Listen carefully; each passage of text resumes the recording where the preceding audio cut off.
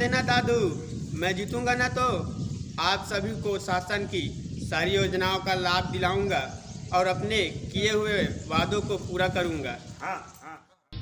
अरे किसान, वो बड़ा वाला बंडल का बाहर को लाना तो। जा रहा हूँ भाई, जा रहा हूँ।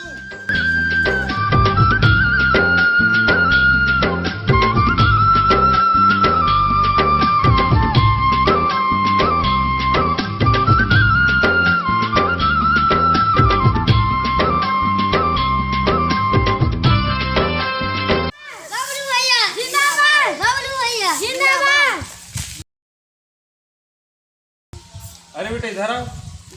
आप तो पढ़े लिखे लग रहे हो और ये सब काम क्यों कर रहे हो? चलो ठीक है, तुम मुझे वोट देना। जब मेरी सरकार बन जाएगी ना तो तुम जैसे बेरोजगारों को और युवाओं को मैं नौकरी दिलाऊंगा, ठीक है? नेताजी, आपसे एक सवाल पूछना है मेरे को। हाँ पूछो पूछो पूछो पूछो। नेताजी, मेरी एक दिन की रोजी 175 रुपये है, तो बताइए मैं 30 दिन में कितना रुपया कमाता हूँ?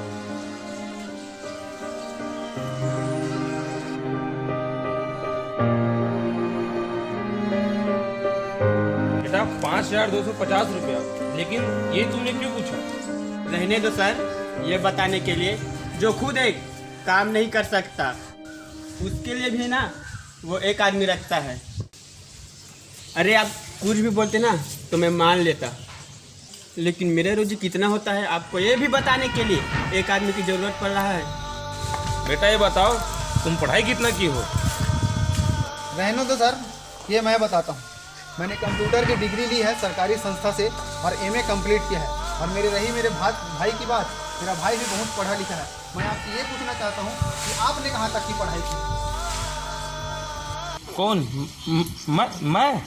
रहने दो सर, मैं जानता हूँ आप अपने ज़माने में ना मैट्रिक पास किए हो, जो ना आपके ज़माने में ना उसे 10वीं 11वीं कहा जाता था, और आप हमें जॉब दिलाएंगे।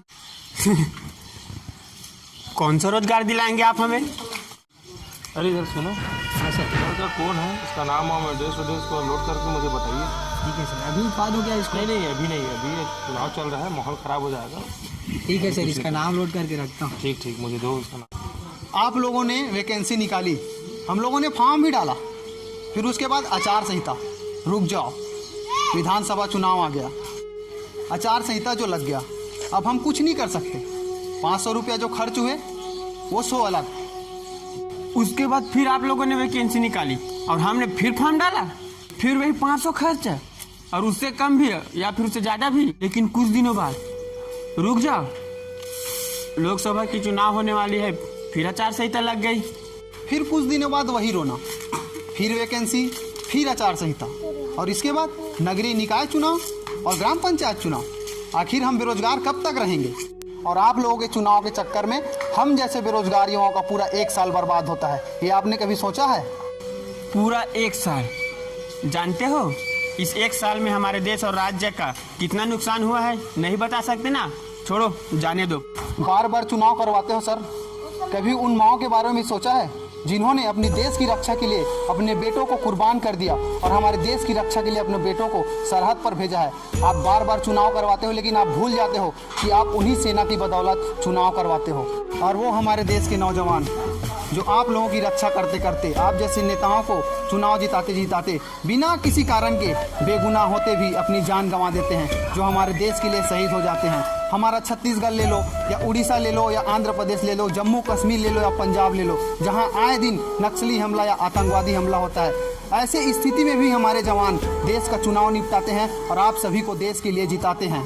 हमारे देश में 3 बार चुनाव कराते हैं और तीनों बार का चुनाव का अलग अलग खर्चा, वो तो अलग रख दो, आप सभी मंदिर मस्जिद का राजनीति करके जो हमारी आस्थाओं का मजाक उड़ाते हो, सो अलग।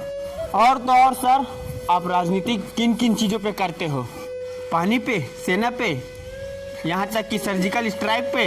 और तो और हम जैसे बेरोजगारों के मुद्दों पर, कश्मीर के मुद्दों पर, आतंकवादी के मुद्दों पर, गरीबी और गरीबों पर, दलित और शोषित वर्गों पर, गौ माता पर, यहाँ तक कि भारत को आज़ादी दिलाने वाली वीर सपूतों पर भी, किसी की मरने पर तो किसी की जीने पर भी, यहाँ तक कि आप किसी की पहनावे पर और किसी की जुबान पर भी राजनीति करते हैं।